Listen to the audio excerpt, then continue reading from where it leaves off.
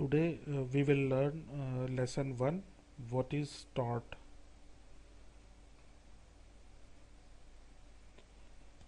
The word tort has been derived from the Latin word tortum, which means to twist. It includes conduct which is not straight or lawful. Tort is equivalent to English term wrong. इसका मतलब होता है कि tort जो है कुछ ना कुछ ट्विस्ट हुआ है या कुछ ना कुछ रॉन्ग हुआ है, तभी टॉट होता है।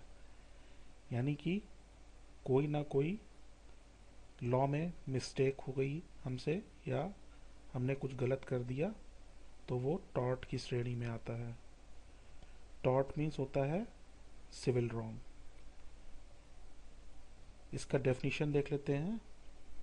According to section 2M the limitation act, tort means a civil wrong which is not exclusively a breach of contract or breach of trust।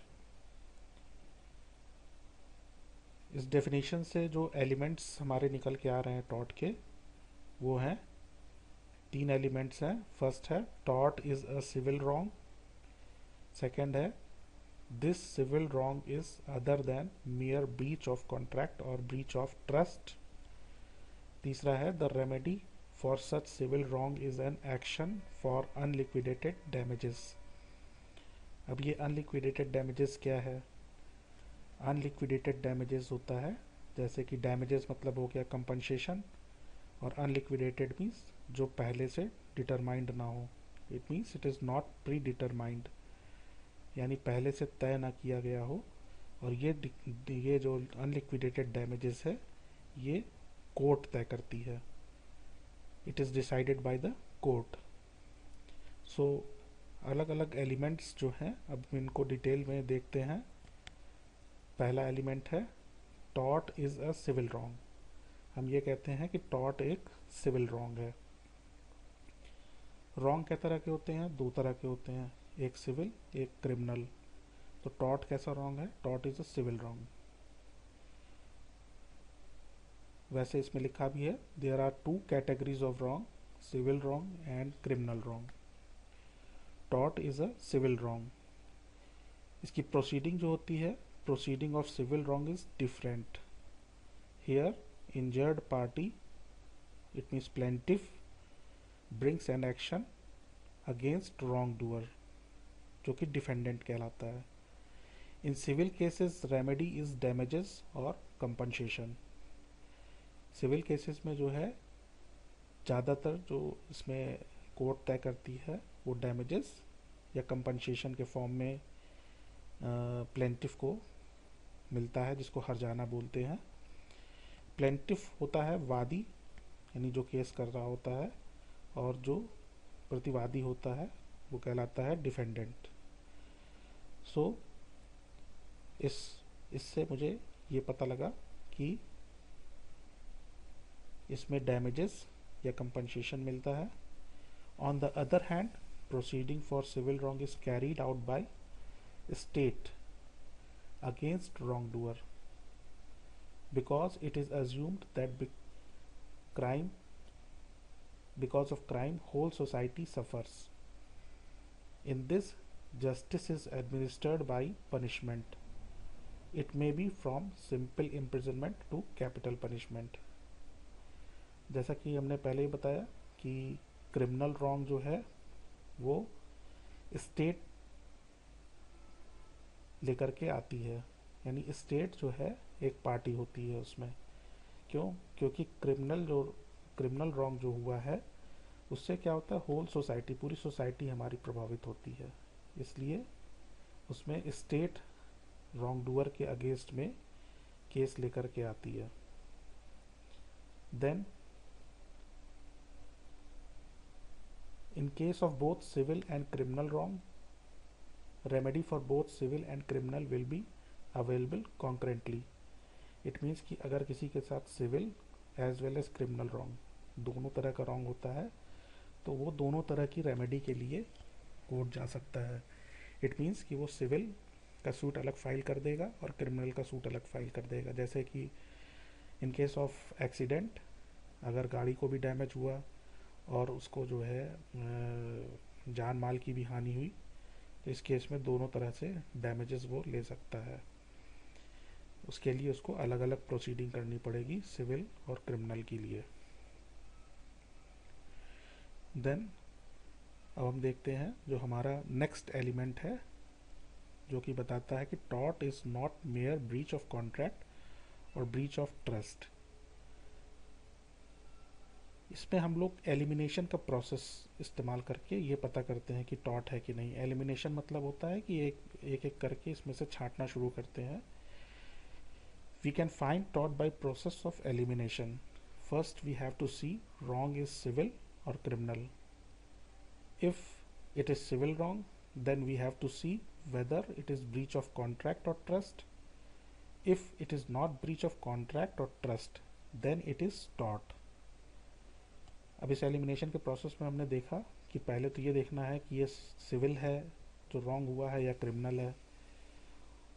अगर उसमें से एलिमिनेट करने के बाद हमने ये पाया कि सिविल रॉन्ग है, तो सिविल रॉन्ग में फिर क्या देखना है हमें कि ब्रीच ऑफ कॉन्ट्रैक्ट, यानी कॉन्ट्रैक्ट का कोई उसमें कोई कॉन्ट्रैक्ट तो नहीं तोड़ा गया है, या ब्रीच ऑफ ट्रस्ट तो नहीं है। और उसके बाद अगर वो इन दोनों में भी नहीं होता है तो फिर वो टॉर्ट होता है। In some cases two civil wrong can exist together. कभी कभी क्या होता है कि दो तरह के सिविल रॉन्ग एक साथ हो जाते हैं, यानी कि ब्रीच ऑफ कॉन्ट्रैक्ट भी हो गया और टॉर्ट भी हो गया। जैसे कि for example, A deliver his horse to B for safe custody for a week and B allowed the horse to die of starvation.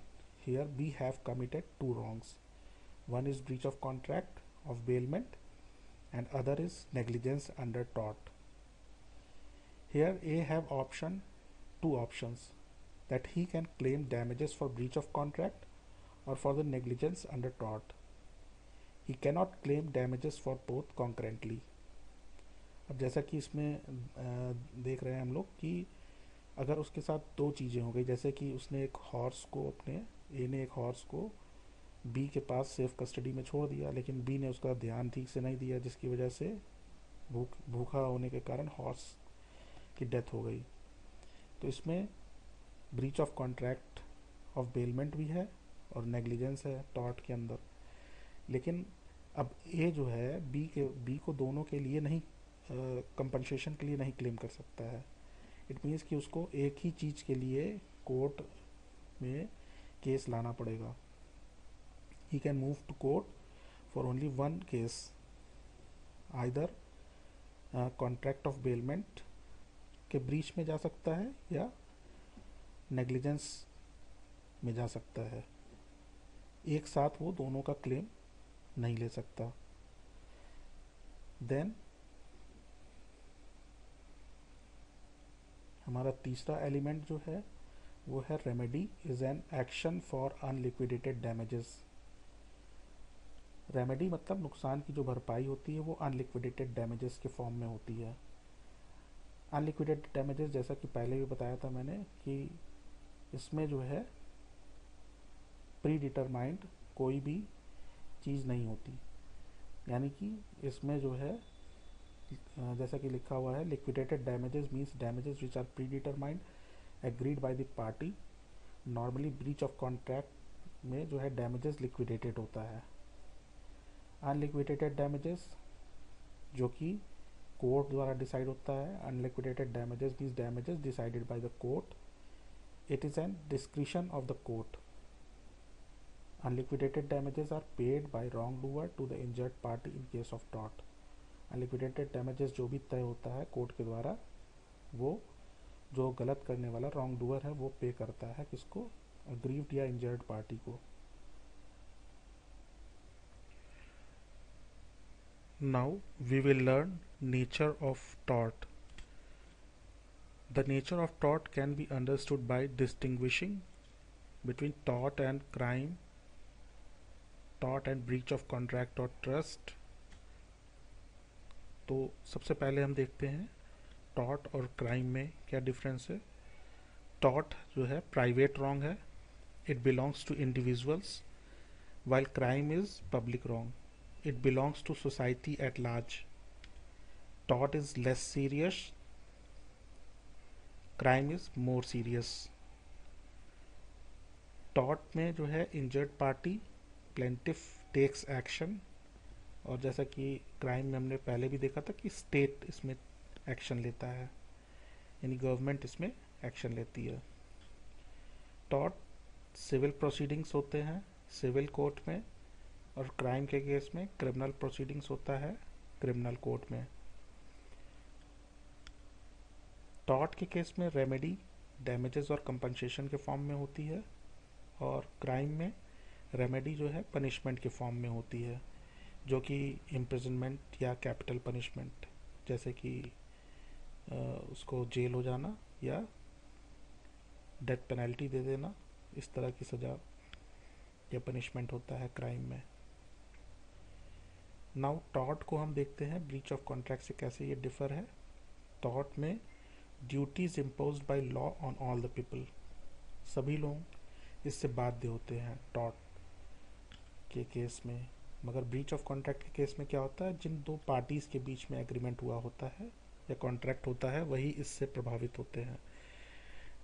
Duties undertaken by parties to the contract. Second है tort is applied towards the world at large.